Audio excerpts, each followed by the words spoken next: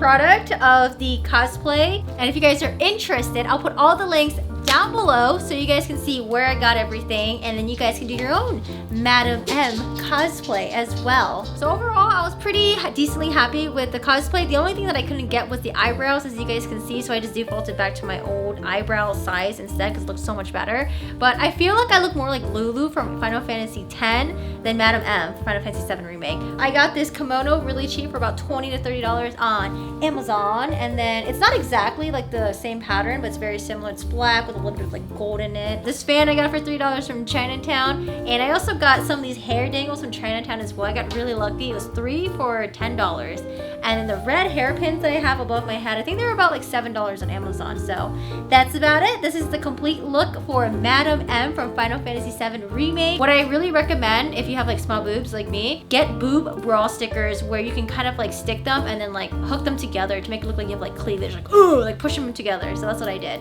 Thank you so much for watching and enjoy the rest of your hand massages.